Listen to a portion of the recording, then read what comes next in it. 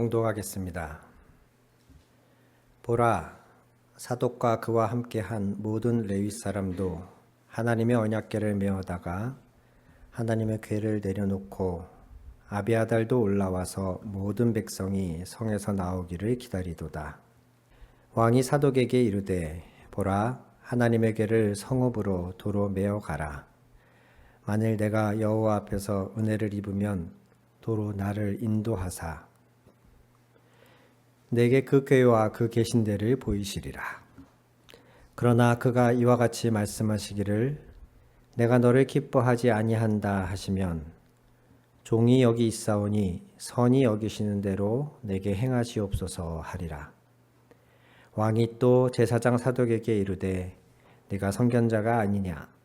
너는 너희의 두 아들 곧 네 아들 아히마아스와 아비아달의 아들 요나단을 데리고 평안히 성읍으로 돌아가라.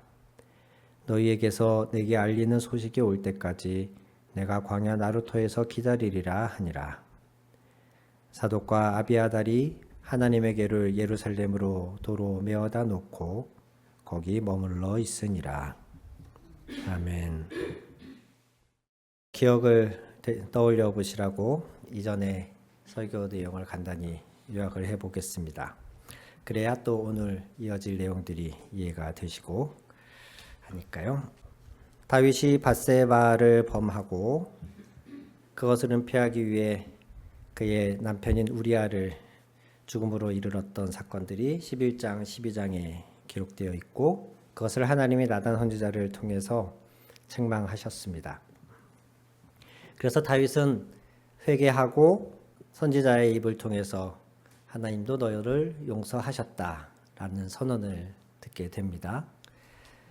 그러나 말씀드렸듯이 그가 범한 범죄가 그의 회개 한마디로 그 범죄의 결과까지도 지워지는 것은 아니기 때문에 13장과 14장에는 그 사건 이후로 다윗 가문 안에 일어나는 비극적인 사건들이 몇 가지 기록되어져 있습니다.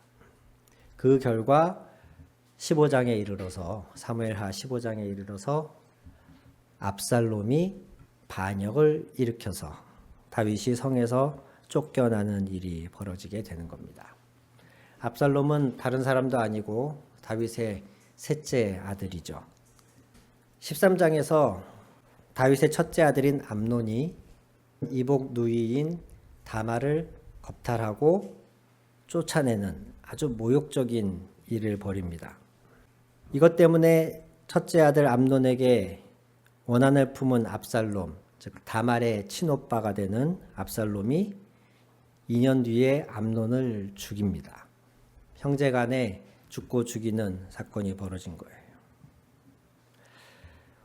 어쨌든 장자인 차기 왕권 계승자인 암논을 죽인 일이 가볍지 않기 때문에 비록 사적인 복수는 하였지만 압살롬은 그 일로 인해서 예루살렘을 떠나 도망을 가게 되고 외갓집으로 도망을 갑니다.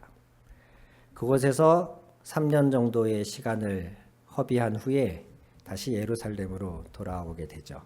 이 모든 과정 안에서 15장에 압살롬이 반역을 일으키게 되기까지 가장 큰 책임은 다윗에게 있습니다.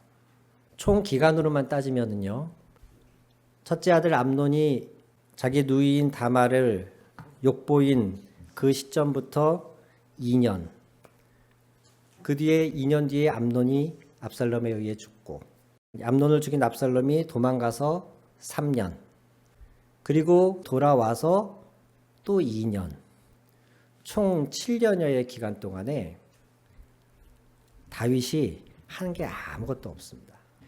최초에 암논이 다말을 욕보였을 때에 13장 21절에 보면 다윗 왕이 이 모든 일을 듣고 심히 노하니라. 심히 노했어요. 화를 냈어요. 그런데 아무 조치도 취하지 않습니다.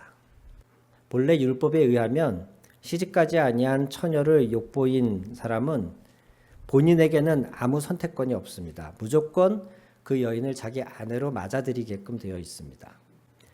다만 그 여인의 집 안에서 이 남자에게 시집을 보내기를 원치 않는다면 우리가 그런 나쁜 놈한테 우리 딸을 줄 수 없다. 만약에 이렇게 나온다면 그 잘못을 저지른 사람은 그 여인에게 신부의 값에 해당하는, 결혼할 때에 신부에게 보낼 지참금에 해당하는 액수를 보내어서 그 모욕을 욕보인 것을 갚도록 되어 있습니다. 즉 암논은 자기 누이를, 자기 아내를 맞이하든가 아니면 최소한 그 누이가 당한 명예를 회복을 시켜줬어야 되는데 암논 스스로는 아무것도 하지 않았습니다. 오히려 자기가 욕보이고는 자기가 쫓아내버리죠.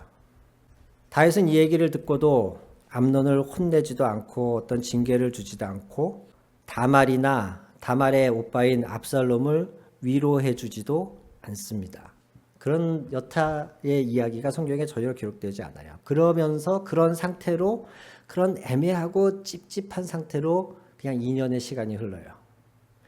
그 기간 동안에 욕보임을 당한 다말은 얼마나 괴로웠을까요? 처량한 동생의 모습을 지켜보는 압살롬은 얼마나 분노했을까요? 그 결과가 2년 뒤에 압살롬이 암논을 죽이는 것으로 나타나거든요. 그때도 다윗은 아무것도 하는 게 없습니다. 압살롬이 이를 벌인 뒤에 도망을 갔지만, 그래서 외갓집에서 3년의 시간을 보냈는데 그 기간 동안에 압살롬에게 벌을 내리고자 사람을 보내서 압살롬을 데려오려고 하는 그런 일도 하지 않고, 압살롬을 용서해 주지도 않고, 그저 연락을 끊은 채로 애매하고 이상하게 아주 찝찝한 채로 서로에게 상처만 남긴 채로 또 3년의 시간이 흘러갑니다. 상황을 지켜보던 요압이, 왜냐하면 이제는 첫째 아들 암논은 죽었죠. 둘째 아들 길르압은 성경에 아무 기록이 없어요. 뭐 어떻게 됐는지 길르압은, 둘째 아들은 존재감 자체가 없어요. 그래서 아마도 일찍 죽은 것으로 여겨지는데, 그렇게 되면 다음 왕이 계승자는 압살롬입니다. 무언가 가타부타가 결정이 돼야 돼요. 압살롬을 완전히 내치든가 벌을 내려서 완전히 왕위 계승 순위에서 박탈을 시켜버리든가 아니면 회복시켜서 데려오든가. 근데 다윗은 이도저도 안 한 채 또 그냥 3년의 시간을 보내고 있으니까 요압이 나름의 계산으로, 나름의 수를 써서 왕에게 청해서 압살롬을 데려오도록 합니다. 그런데 요압의 권함에 못 이겨서 다윗이 데려오기는 했지만 다윗은 완전히 압살롬을 용서한 것이 아니라 돌아온 압살롬을 만나주지를 않습니다. 압살롬의 마음은 어땠을까요? 자기 여동생을 큰형이, 이복형이긴 하지만 큰형이 욕보였을 때에 자기 아버지가 아무 조치도 하지 않은 채 2년의 세월이 흘렀어요. 내가 복수를 했어요. 큰형을 죽였는데 잘못했다는 생각도 물론 들기는 하겠지만 자기가 왜 그렇게까지 했는지 아빠가 좀 알아줬으면 하는 마음도 있지 않았을까요?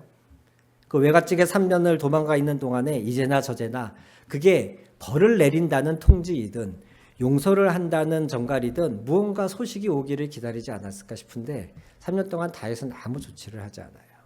그러니 처음에는 불안하게 기다리던 압살롬의 마음이 3년의 시간이 흐르면서는 점점 원망으로 바뀌지 않았을까요?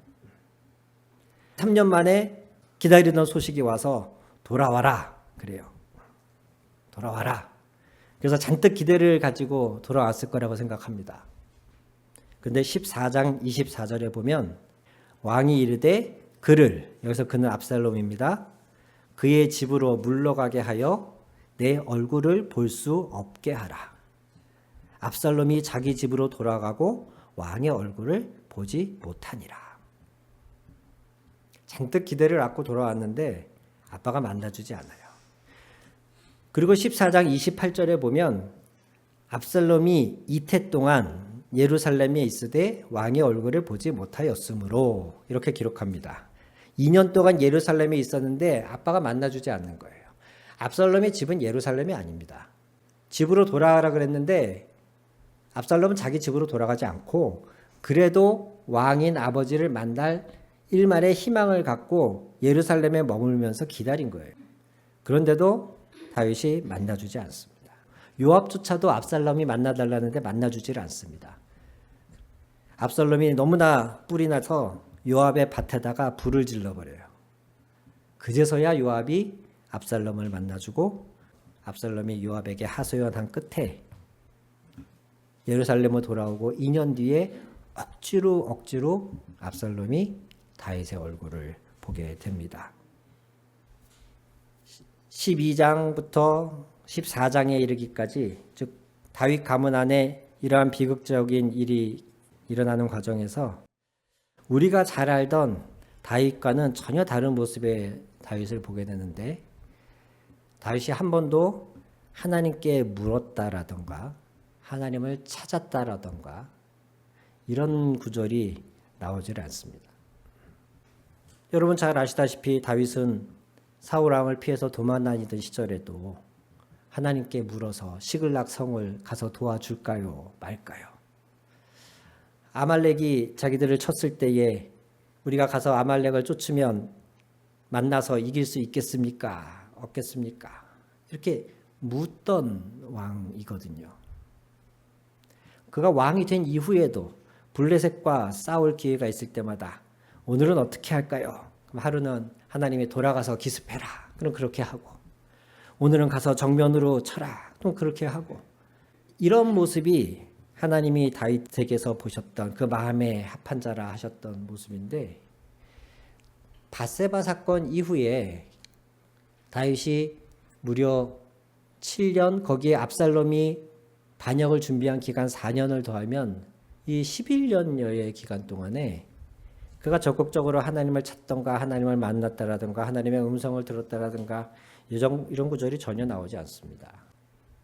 암논이 그런 나쁜 짓을 할 수도 있었겠죠. 그런데 다윗이 왜 가만히 있었을까?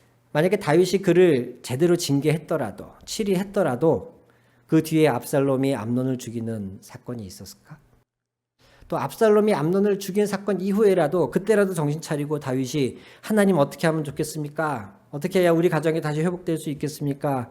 이렇게 하나님을 찾아서 무언가 조치를 했더라면 압살롬이 반역에까지 이르렀을까? 역사에 만일이라고는 없다고 하지만 다윗의 이런 무기력한 모습을 볼 때에 참 많은 아쉬움과 궁금증이 드는 게 사실입니다. 다윗이 왜 이랬을까를 돌아본다면 성경에 그것을 구체적으로 기록하고 있지는 않지만 우리가 쭉 보아온 스토리 안에서 찾을 수 있는 유일한 이유는 밧세바 사건밖에 없습니다. 결국 죄의 영향력은 이렇게까지 우리를 괴롭히는 것이에요. 다윗 안에 자기 자신에 대한 확신이 무너지고 자기가 내리는 판단, 자기가 내리는 결정, 하나님과의 관계 이런 것들에서 흔들리기 시작함으로써 다윗은 가정 안에서 가장으로서의 제대로 된 역할을 수행하지도 못했고 더 나아가서는 그가 왕으로서의 역할에서도 상당한 문제가 있었다고 보아집니다. 왜냐하면 14장에 2절에서 4절 사이에 보시면 15장인데 제가 잘못 말씀드렸네요. 15장의 2절 성문길 곁에 서서 어떤 사람이든지 송사가 있어 왕에게 재판을 청하러 올 때에 그 사람을 불러 이르되 너는 어느 성읍 사람이냐 하니 그 사람의 대답이 종은 이스라엘 아무 지파에 속하나이다 하면 우선 거기까지만 보시면요. 왕은 그 당시에 지금으로 말하면은 대법관 내지는 헌법재판관의 역할을 수행한다고 생각하시면 됩니다. 모든 대소송사의 최종 결정권이 왕에게 있었어요. 우리가 잘 아는 솔로몬의 여러 재판 이야기들 기억하시죠? 한 어린아이를 놓고 두 여인이 서로 자기 아들이라고 싸울 때에 왜 그 재판을 솔로몬 앞에 가지고 왔을까? 솔로몬이 지혜로워서 아니고요. 왕이기 때문에 그렇습니다. 크고 작은 일들이 끝내 해결나지 않을 때 가장 최종 결정권을 가진 사람이 왕이었어요. 왕은 재판관 역할까지도 하는 것이었는데 그래서 전국에서 억울한 일이 있는 사람들이 왕을 찾아오지 않았겠습니까? 그 사람들을 중간에 가로채는 거예요. 압살롬이. 왕궁으로 가는 길에 있다가 송사하러 오는 사람들을 불러 세워서 무슨 일 때문에 오셨어? 어디서 오셨어? 하고 그 얘기를 들어줘요. 그런데 3절에 압살롬이 하는 말을 보세요. 압살롬이 그에게 이르기를 보라 너의 일이 옳고 바르다마는 내 송사를 들을 사람을 왕께서 세우지 아니하셨다. 가서 당신이 송사를 해봤자 이 억울한 것을 풀어달라고 당신이 얘기해봤자 당신의 일이 제대로 처리되지 않을 겁니다. 그러면서 4절에 이렇게 압살롬이 덧붙여요. 또 압살롬이 이르기를 내가 이 땅에서 재판관이 되고 누구든지 송사나 재판할 일이 있어 내게로 오는 자에겐 내가 정의 베풀기를 원하노라. 한마디로 하면 내가 이거 하면 잘할 텐데 그 얘기입니다. 당신 얘기를 듣고 보니 참 억울하네요. 당신 말이 맞네요. 그런데 당신이 지금 왕께 가봤자 왕께서 이런 일을 지금 제대로 처리하지 않고 계십니다.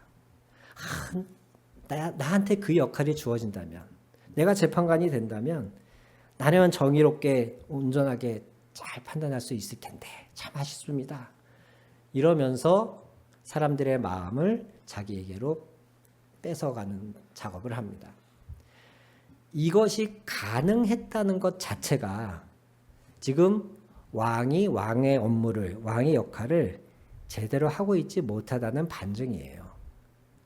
압살롬이 중간에서 이런 말로 사람들의 마음을 꼬드겼지만 이것이 사실이 아니었다면 실제로는 재판이 잘 이루어지고 있고 실제로는 왕이 세운 여러 사람들이 다양한 사람들의 억울한 일을 잘 처리해주고 있었다면 압살롬의 말은 거짓이고 유언비어로 치부될 수 있었겠죠. 그런데 압살롬이 이런 말을 했을 때 사람들이 거기에 동의했다는 거예요. 그 얘기는 지금 왕궁이 제대로 돌아가고 있지 않다는 거예요. 오죽하면 압살롬이 반역의 기치를 들었을 때에 이스라엘 12지파 모두가 그 반역에 동참합니다. 15장에 저희가 읽은 본문이 압살롬을 피해서 왕궁에서 도망가는 장면의 일부인데 저는 처음에는 좀 의아했었어요. 압살롬이 갑자기 반역의 기치를 올렸다고 해도 아직 나름 다윗이 지금까지 왕으로서 존재해온 기간이 얼만데 다윗이라고 하는 그 네임밸류가 그 이름이 가지고 있는 그 권세가 어떤 권세인데 이렇게 압살롬이 반역을 일으켰다는 소식을 듣자마자 다윗은 측근들을 닥달해가지고 불이 나게 성을 버리고 떠나고 말거든요. 왜 다윗이 이렇게 호동됐을까? 도대체 다윗은 뭐가 무서워서 이렇게 빨리 왕궁을 포기하고 도망갈 걸까? 한편으로는 그것이 의아했었는데 말씀을 찬찬히 보다 보니 압살롬이 반역을 일으킨 게 그냥 저기 어디 시골 동네 가서 혼자서 깃발 들고 나는 왕이다 한 게 아니고 대다수의 세력이 이미 압살롬에게 돌아선 거예요. 이스라엘 12지파 중에 나머지 11지파는 그렇다 쳐요. 원래도 사울 왕 시절에 사울을 따랐었고 그래서 나머지 11지파가 압살롬을 따르는 건 그럴 수 있다 치는데 유다 지파마저도 흔들렸어요. 나중에 압살롬과의 전투에서 승리한 다윗이 예루살렘으로 돌아올 때에 유다 지파에게 사람을 보내서 나를 맞이하러 와라 라고 유다 지파를 설득해야 했어요. 만약에 유다 지파가 압살롬을 반대했고 다윗에게 끝까지 의리를 지켰다면 전쟁이 다윗의 승리로 끝났다는 얘기를 들었을 때에 발벗고 나와서 다윗을 환영했겠죠. 그런데 전쟁에서 승리했음에도 불구하고 왕이 예루살렘으로 돌아오려 할 때에 유다 지파에 사람을 보내서 그들을 설득해야 했어요. 나를 맞이하러 와라. 그 얘기인즉슨 왕과 왕의 측근들을 제외한 나머지 모두가 압살롬에게 넘어갔다는 얘기입니다. 13, 14장을 요약하느라 좀 장황한 이야기가 됐습니다만 드리고자 하는 이야기의 핵심은 결국 그것입니다. 죄의 여파가 결코 가볍지 않다는 말씀을 다시 드리고자 하는 겁니다. 죄는 짓고 회개할 생각하지 마시고 안 짓도록 하세요. 죄는 거절하세요. 죄는 끊으세요. 어떤 식으로든 죄는 우리에게 후유증을 남깁니다. 가끔 교회에서도 그런 사기꾼들이 활동하는 기사를 본 적이 있는데 하나님의 이름으로 마치 어떤 기도 중에 받은 응답이라는 듯이 사람들을 현혹하는 사람이 있습니다. 여기 좋은 투자처가 있다. 매달 10%씩의 이자를 받을 수 있는 좋은 투자처가 있다. 이런 식으로. 그런데 가끔 교인들 중에 거기에 현혹되기도 하고 남편 몰래 또는 아내 몰래 거기다가 뭉치돈을 집어넣었다가 크게 당하는 사례도 있습니다. 뒤늦게 그것을 회개하고 돌이킨다 해도 거기서 잃은 돈이 찾아지는 건 아닙니다. 즉 그 얘기는 그때 내가 내린 잘못된 선택이 나를 계속 힘들게 할 거라는 얘기입니다. 내가 회개한다 그래서 사기꾼한테 털린 돈이 통장에 갑자기 딱 들어온다든가, 내가 누군가에게 육체적으로 다치게 하는 잘못된 행위를 했는데 회개한다 그래서 그 사람이 멀쩡해지면 얼마나 좋겠습니까? 내가 중고등학교 때 공부 안 하고 나쁜 친구들하고 어울려서 놀고 그러다가 20대가 돼서 정신을 차렸는데, 정신 차렸다 그래서 회개했다 그래서 당장에 시험 친다고 수능 시험에서 좋은 성적을 거두는 것이 아니죠. 이처럼 잘못된 선택은 어떤 식으로든 우리의 삶을 어둡게 만들고 괴롭힙니다. 다윗도 지금 어떤 이유에서건 밧세바 사건 이후로 그의 삶이 가장으로서의 역할에도 그렇고 왕으로서의 역할에도 그렇고 뭔가 계속 오점을 남기고 온전한 자기의 모습을 회복하지 못한 채 이렇게 긴 시간을 고생하고 있는 것이에요. 그 끝에 압살롬이 반영을 하고 다윗은 급히 성을 떠나 도망을 하고, 그 와중에 오늘 저희가 읽은 본문 24절부터 29절의 말씀, 이 상황이 딱 닥치게 되는데, 이 상황은 지금 어떤 상황이냐면 사독과 아비아달이, 그 당시에 제사장인 이 사람들이 왕이 급히 피난했다는 이야기를 듣고서 자기들이 모시던 언약궤를 들쳐매고 얼른 다윗을 쫓아오는 겁니다. 언약궤를 들쳐매고 쫓아온 그들의 마음은 어떤 마음이었을까요? 일단 도망가고 있는 다윗을 쫓아왔다는 얘기는 적어도 그들은 다윗 편이라는 거겠죠. 근데 그들의 역할은 제사장이잖아요. 그들이 다윗을 도울 수 있는 최고의 무기는 무엇일까요? 하나님이 다윗을 돕도록 하는 거죠. 제사장으로서 할 수 있는 게 그거 말고 뭐가 있겠습니까? 그래서 그들이 생각한 최고의 수, 언약궤인 것이에요. 누차 말씀드리지만 언약궤는, 성전은 하나님의 임재를 상징하고 있습니다. 그러다 보니 사람들은 간혹 그것 자체가 되게 영험한 힘이라도 가진 것처럼, 마치 어떤 성물인 것처럼, 그래서 그것을 소유하고 있으면, 그것을 가지고 있으면 무조건적인 하나님의 도우심을 입는 것처럼 이스라엘 백성들은 수시로 착각합니다.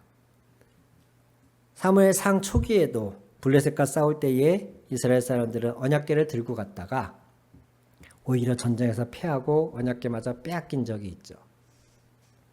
지금도 사독과 아비아달은 하나님의 임재를, 즉 언약궤를 가지고 다윗에게 감으로써 다윗을 돕고자 하는 마음이 있었던 것이에요. 이 상황에서 11년 만에 다윗이 깨어납니다. 위기는 또 다른 기회인 걸까요? 다윗이 정말 바닥을 치고 나자, 자신의 아들이 자신을 배반해서 반역을 일으키는 이 상황에 직면하고 나자 이제서야 정신이 든 걸까요? 다윗이 이렇게 말합니다. 성경을 펼치셔서 함께 25절을 읽겠습니다. 왕이 사독에게 이르되 보라, 하나님의 궤를 성읍으로 도로 메어가라. 만일 내가 여호와 앞에서 은혜를 입으면 도로 나를 인도하사 내게 그 궤와 그 계신대를 보이시리라. 다윗의 입에서 참으로 오랜만에 하나님 얘기가 나옵니다. 잘했다. 너희가 여전히 내 편이 되어줘서 고맙다. 심지어 하나님의 언약궤까지 이렇게 들고 메어와줘서 내가 너무 힘이 된다. 다윗은 이렇게 말하지 않았습니다. 즉 자신이 왕으로 복귀하기 위해서, 자신이 압살롬과의 이 싸움에서 승리하기 위해서 하나님의 언약궤를 이용하겠다는 생각을 다윗은 하지 않습니다. 종종 우리는 믿음이라는 것이, 신앙 좋다라는 것이 하나님을 잘 이용하는 법인 것처럼 착각할 때가 있습니다. 보좌를 흔드는 기도, 어디서 제가 그런 표현을 들은 적이 있는데, 그 얘기는 어떻게 해서든 하나님이 내 기도에 응답하시도록 만들겠다는 의지가 담긴 겁니다. 이런 표현이 적절할지 모르겠지만 하나님이 쉬시고 계신데, 하나님이 보좌에서 주무시고 계신데 흔들어 깨워서 하나님한테 응답을 받아내겠다는 거잖아요. 보좌를 흔드는 기도. 물론 그것만은 아니겠습니다만, 그 안에는 긍정적인 다른 의미, 여러 가지 의미도 있겠습니다만, 우리는 은연중에 우리도 모르게 믿음 좋다는 것이 자신이 뜻하고자 하는 바를 관철시키도록 하나님을 움직이는 능력이라는 식으로 우리는 믿음을 생각할 때가 있습니다. 또 과연 그럴까요? 믿음 좋은 것이 그런 것일까요? 오히려 정반대입니다.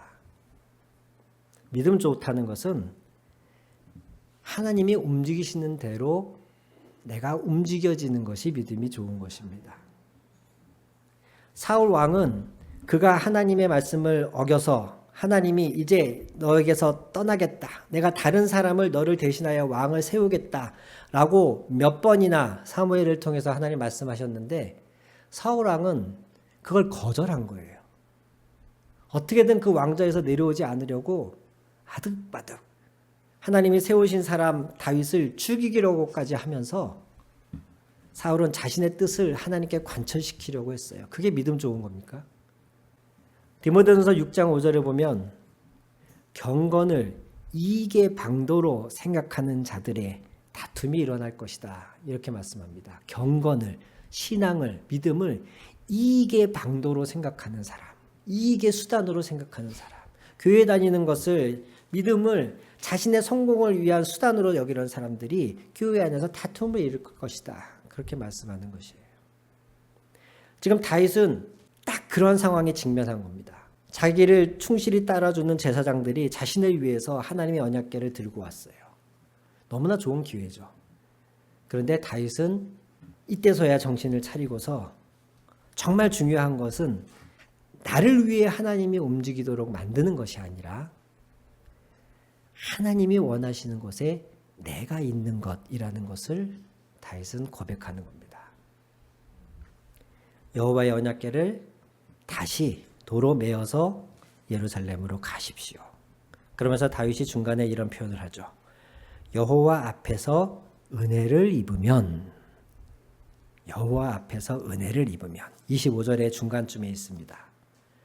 만약에 하나님이 나를 다시 긍휼히 여겨주시고 내가 이런 잘못을 범했음에도 불구하고 하나님이 나를 왕으로서 다시 여전히 인정해 주신다면, 이 얘기가 하나님 앞에서 은혜를 입으면 이라고 표현이 되는 겁니다.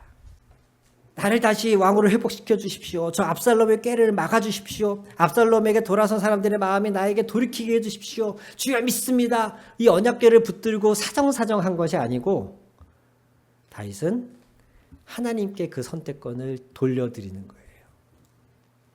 언약궤를 이용하지 않고 원래 있던 자리로 언약궤를 돌려놓은 채 하나님의 은혜 있기를 기다리는 것으로 다윗은 선택하는 겁니다. 하나님이 내게 다시 기회를 주신다면 나로 하여금 예루살렘에 있는 언약궤를 다시 보게 할 것이요. 언약궤를 다시 본다는 얘기는 다시 왕으로 돌아간다는 얘기죠. 그렇지 않다면 26절에는 이렇게 말합니다. 그가, 여기서 그는 하나님을 말하죠. 그가 이와 같이 말씀하기를 내가 너를 기뻐하지 아니한다 하시면 종이 여기 있사오니 선히 여기시는 대로 내게 행하시옵소서 하리라. 마치 다니엘과 그 세 친구들이 풀무불 앞에서 했던 고백 같기도 합니다. 하나님은 우리를 저 뜨거운 불에서도 능히 건져내실 분이시다. 우린 그걸 믿는다. 그러나 그리 아니하실지라도 우리는 왕이 세운 이 신상 앞에 절하지 않겠다라고 했던 그 다니엘과 친구들. 하나님의 능력도 믿지만 하나님이 우리를 도우신다는 것도 믿지만 그럼에도 불구하고 최종 결정권은 하나님께 있다. 하나님이 나를 어떤 모습으로 사용하시건 그건 하나님에게 속한 것이지 이래라 저래라 저렇게 해달라 이렇게 해달라 나의 성공을 위해서 하나님을 이용하는 것이 아니다. 다윗은 정말 바닥을 치고 난 이후에야 자식에 의해서 반역을 맞닥뜨린 이 상황이 되어서야 다시금 하나님을 붙잡습니다. 그래서 다윗의 이 위기에서의 이 절망 속에서의 선택은 하나님께 은혜 입기를 소망하는 것. 이것이 다윗의 선택이었습니다. 지난 몇 주간 동안 죄가 얼마나 무서운지 우리의 삶에 악 영향을 끼치는지를 너무 강조하다 보니 성도님들의 마음 안에 어떤 무거움이 생겼을지 모르겠습니다. 한편으로는 안타깝지만 그러나 한편으로는 그것이 우리에게 유익함을 고백합니다. 저 밑바닥에서 마치 요나가 물고기 뱃속에서 3일 동안 그 축축하고 컴컴한 곳에서 주님의 이끄심을 새롭게 회복할 수 있었던 것처럼 오늘 다윗이 밧세바 사건 이후에 하나님의 용서의 선언을 들었음에도 불구하고 무려 10년 동안 11년 동안 제대로 된 왕의 역할도 제대로 된 아버지의 역할도 못한 채 그가 그 죄에 짓눌려서 그 악영향으로 인해서 힘든 기간을 보낸 이후에 정말 그 과정을 거치고 마지막 이 절망적인 상황 앞에 이르러서 그러나 다윗이 하나님의 은혜 입기를 선택할 수 있었던 것.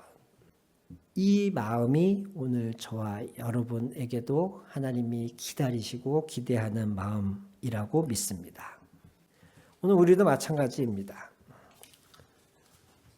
우리의 삶에 때로는 우리의 잘못된 선택과 우리의 죄로 인하여 어떤 주변의 비극적인 상황으로 인하여 이런 막다른 골목에 이르렀을 때에 우리가 보여주는 모습이 진짜 우리의 신앙이라고 저는 생각합니다. 다윗은 그때의 그 상황에서 하나님의 자녀들이 보여줘야 될 좋은 본보기를 보여주고 있어요. 하나님의 은혜 받기를 원합니다. 내가 무엇을 하고자 함보다 지금 내게 더 중요한 것은 하나님이 내게 은혜 주시고자 하는 것입니다. 그것 외에 나를 살릴 수 있는 것이 없습니다.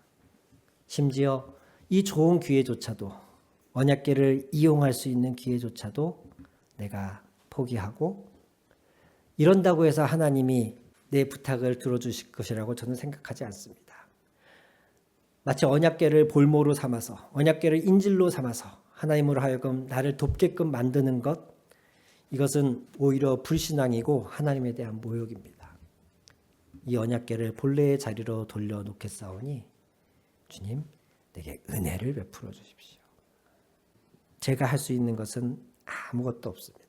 이미 저는 너무나 많은 실수와 실패를 잘못을 범했습니다. 그저 나로 하여금 다시 예루살렘에 돌아가게 하는 것, 나로 하여금 예루살렘에 있는 언약궤를 다시 볼 수 있게 하는 것, 그것은 내게 하나님이 은혜를 베푸시는 것뿐입니다.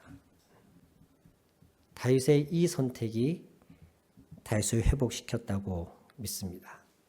만약에 다윗이 사울처럼 끝까지 자신의 힘으로 자신의 의지로 언약궤를 이용해서라도 왕권을 지키려고 했다면 그의 최후도 사울과 크게 다르지 않았을 것이라고 생각합니다. 그러나 다윗은 그 모든 욕심을 내려놓고 자신의 죄가 자신의 가정에 가져온 이 비극을 있는 그대로 받아들인 채 그저 이런 나를 회복시킬 수 있는 것은 하나님의 은혜밖에 없다. 내가 다시금 하나님께 은혜 받는 자 되기를 원한다. 이 고백이 다윗을 살렸다고 믿습니다. 무려 10년 이상의 시간이 걸려서야 다시금 다윗이 하나님의 이름을 부르며 했던 첫 마디. 내가 하나님의 은혜 있기를 원합니다. 오늘 이 고백이 저와 여러분의 입에서 터져 나오고 우리 역시 막다른 골목에서 하나님의 은혜를 입는 자 되기를 주님의 이름으로 축원합니다. 아멘. 기도하시겠습니다.